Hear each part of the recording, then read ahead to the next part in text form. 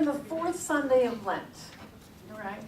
Remembering, I want to remind you that Lent is a time when we prepare for a transformative experience of the resurrection of the Christ consciousness within us at Easter.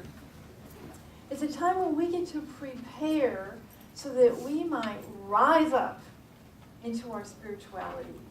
It's a time when we are really reminded of the things that we can do or that we might do or that we are invited to do to really reconnect with that Christ consciousness within us. It's just a time when we prepare for a greater connection with the indwelling Spirit.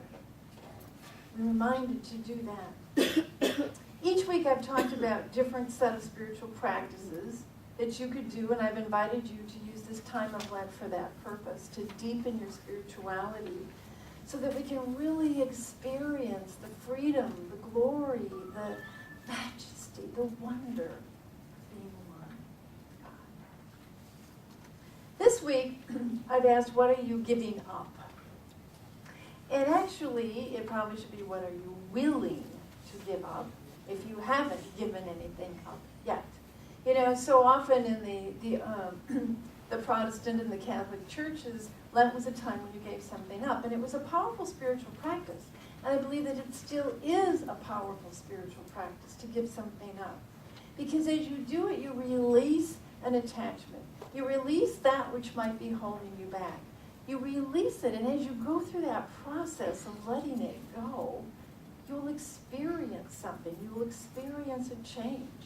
You will actually maybe even feel a time of sacrifice. It's not a bad thing. So often in New Thought we think, well, we should never have to sacrifice anything. We should have it all. And that is true. But it's paradoxical that at times it is very powerful for us to give it all up as well. It's a discipline of giving something up. And spiritual practice is oftentimes a discipline. So it's a way that enables us to practice that spiritual discipline and open up to something more powerful, more wonderful than our current attachments or addictions.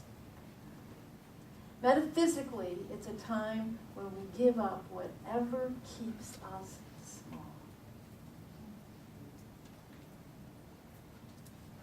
Now, what keeps you small or keeps you from being bigger or more authentic or more joyful or more passionate or more expansive, what is it that keeps you small? You know, it's an interesting saying, and one thing that I really like. Don't let your good get in the way of your great. Sometimes we get so attached to the good that we're not willing to let it go, give it up in order to make room for that which is great. Well, everything's good. I don't want to change anything, whatever. And that's when we are really called to say, give up that which is good and open up to something that is great. Too often we let our attachments keep us small. And what kind of attachments are those? There's just all kinds of them. I used to do a lot of work in large businesses, and I worked a lot with those companies, particularly the telephone companies, that went through a period of time when they were merging, when they were changing, when all kinds of things were going on, and there were layoffs like crazy. And my role was to come in and assess morale. What do we do about this? How can we fix this? And the interesting thing is when I talk to so many of these people, it's like, what were they attached to? The suffering that they were experiencing by being laid off from a job was to their attachments. Attachments to their pension. Attachments to their health insurance. Okay? Attachments to the security that comes with the job. And so often we think about that, you might have some of those attachments as well. What are you attached to that keeps you small? So I used to talk with a lot of these people and explain, you know, this is a field of possibility that's opening up to you. What have you always wanted to do but never did before? Now's your opportunity.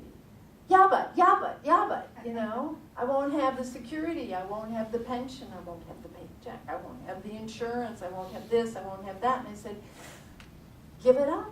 See what you will have. I used to follow through with a lot of people, and it was amazing the number of people who moved into their passion, who said that their life was so much better than it ever had been before, that they were experiencing greater freedom, greater joy, greater aliveness, giving up that which was no longer serving them. Now, many of them didn't give it up willingly, okay, if they were laid off or whatever. But the thing is we have to ask ourselves, what are we willing to give up? I was one of those people. I worked at U.S. West for 4 years. And I struggled to excel there and to get the promotions that I wanted. I had to do a lot of inner work to get there, but I finally did. I got to be a director, was in a really good place, and I met a consultant. I used to hire a lot of these consultants to do the work for us and stuff like that, and I hired a consultant, or I wanted to hire a consultant. She was really, really good. And I said, would you be interested in working at U.S. West? And she looked at me and she smiled. She says, I make 3 times the money that I make as a consultant than I do at U.S. West. Well, that was a seed that got planted in my head.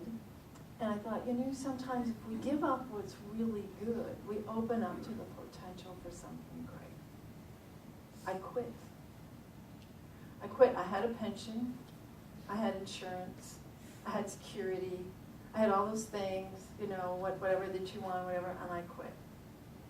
I said, I'm going to do this. I'm going to go off on my own. And I had my own business for 10 years, and it was the best time of my life. I loved what I did. I did amazing things. I worked with many amazing people all over the world. I had a great time, and I made 3 times the money I was making at U.S. West. So sometimes you have to give up your good in order to open up for your great. Now, you may not know what your great is, but sometimes we have to let go of things. What are you willing to give up? I oftentimes hear people say, well, I really want greater spirituality, and I want a greater consciousness, and I want a greater connection with spirit, but I don't want my life to change.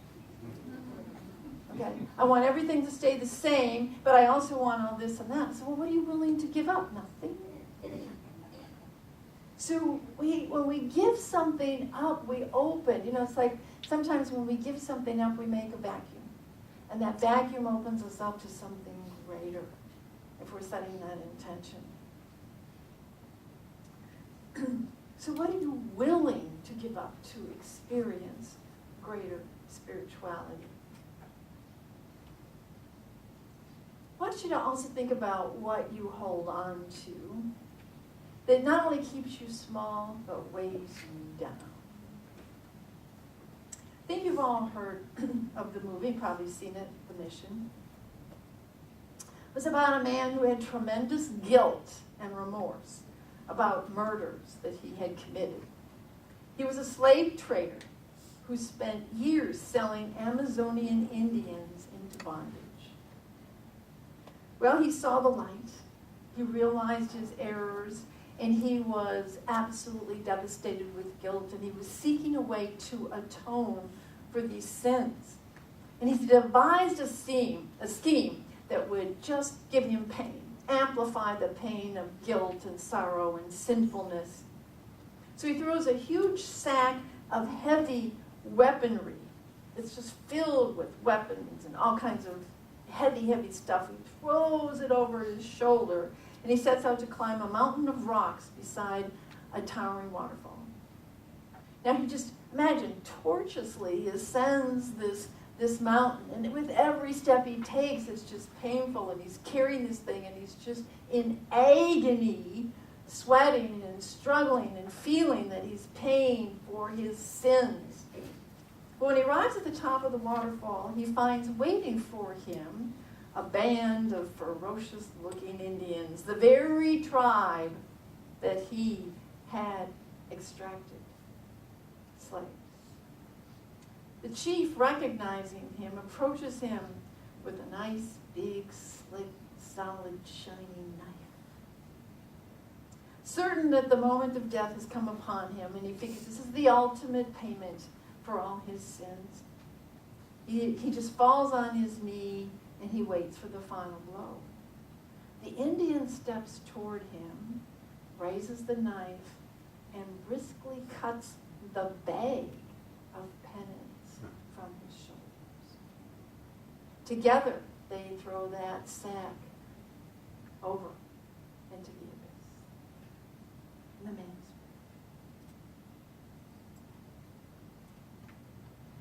free. Sinned or victimized. Sometimes we are victimizers, and sometimes we are the victims. But what do we carry with us from our past? What sort of sorrow, or what sort of penance, what sort of guilt, what sort of resentment? What are you carrying in the bag that you carry around with you? And how does it slow you up? How does it keep you from being all that you can be? Can we give it up? Can we let it go?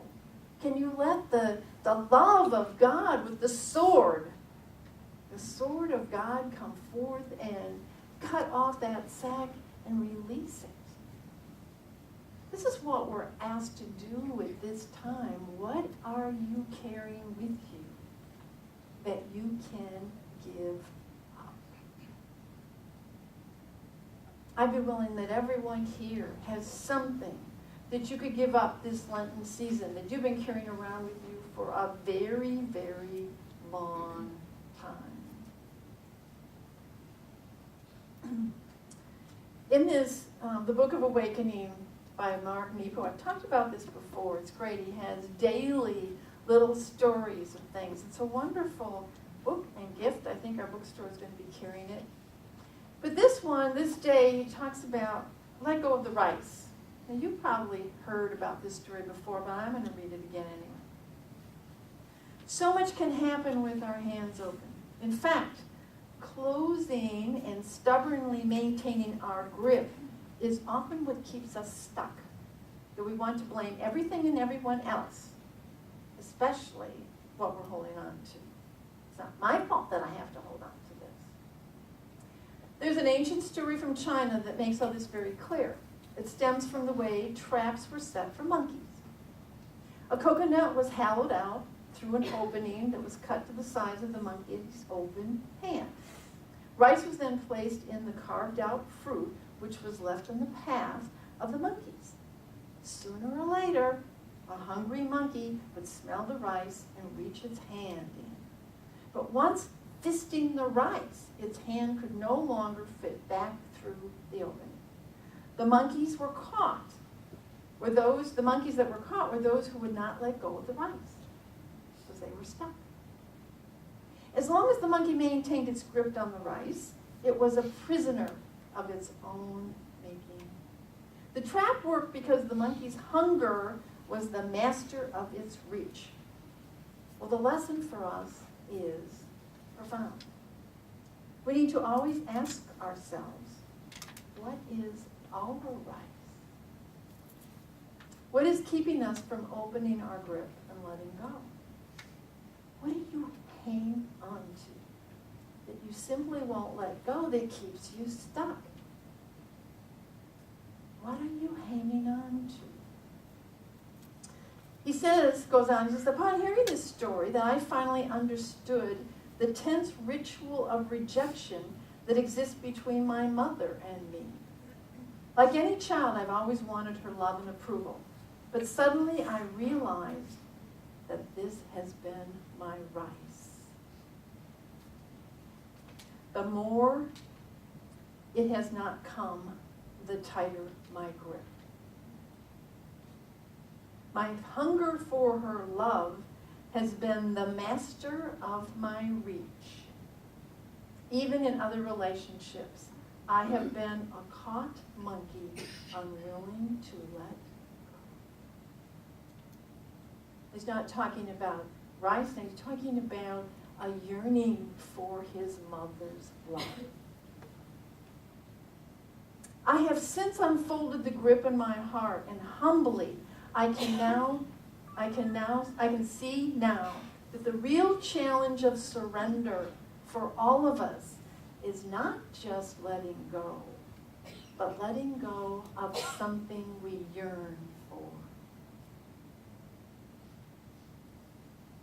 What is your right?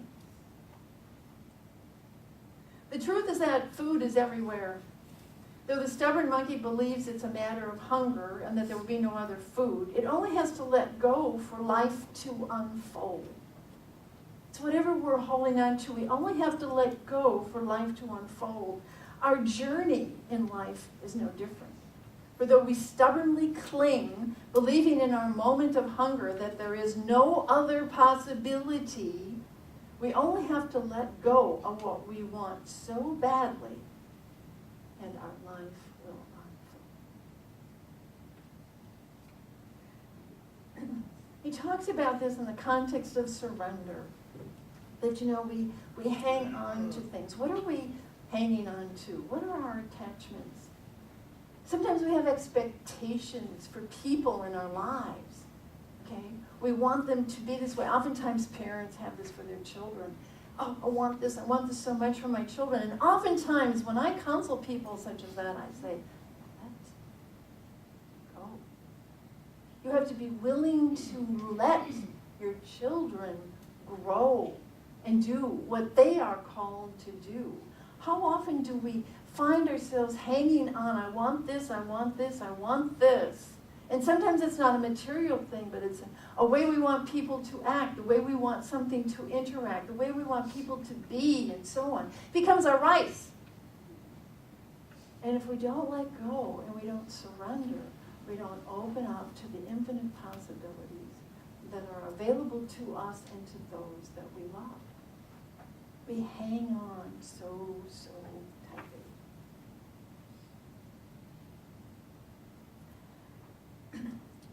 The final thing that I think we can possibly ask ourselves what we're willing to give up is control. Is to really, I'm willing to give up. I'm willing to surrender to God and let that infinite intelligence move miracles in my life.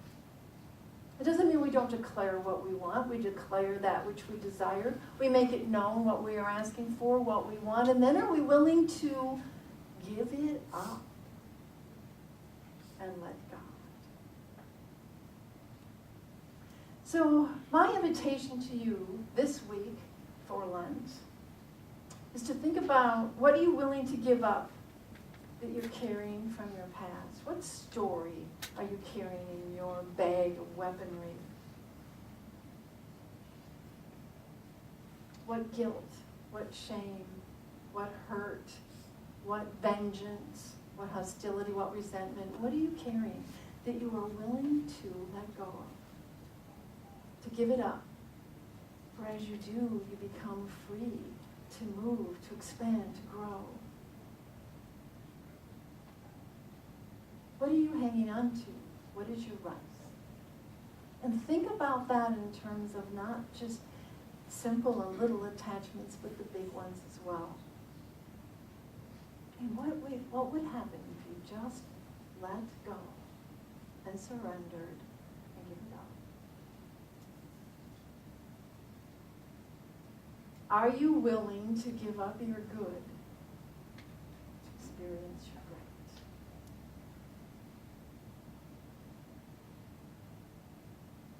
great? We have to open up to those possibilities. When we say, in God we trust, and we trust in God, we have faith in God, and we surrender to God, all kinds of incredible miracles are possible. Are we willing to give up the control? Are we willing to give up our way of thinking? Are we willing to give up our way and simply say, I surrender to God.